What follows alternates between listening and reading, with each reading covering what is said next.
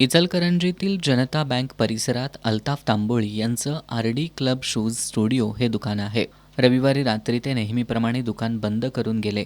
2 दिवस त्यांचं दुकान बंद होतं. बुधवारी रात्री अचानक त्यांच्या दुकानातून धुराचे लोट बाहेर येऊ लागले. त्यानंतर काही क्षणातच आगीनं रौद्ररूप धारण केल्यानं दुकानातील शूज, फर्निचर तसंच विद्युत उपकरणं जळून खाक झाली.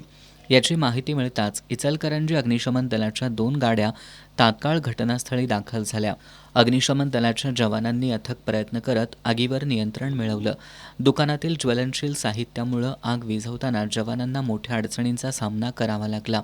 मात्र वेळेत आग आटोक्यात आणल्यामुळं आजूबाजूची दुकानं आगीपासून वाचवणं शक्य झालं. शिवाजीनगर पोलीस ठाण्याचे अधिकारी, कर्मचारीही घटनास्थळी दाखल झाले.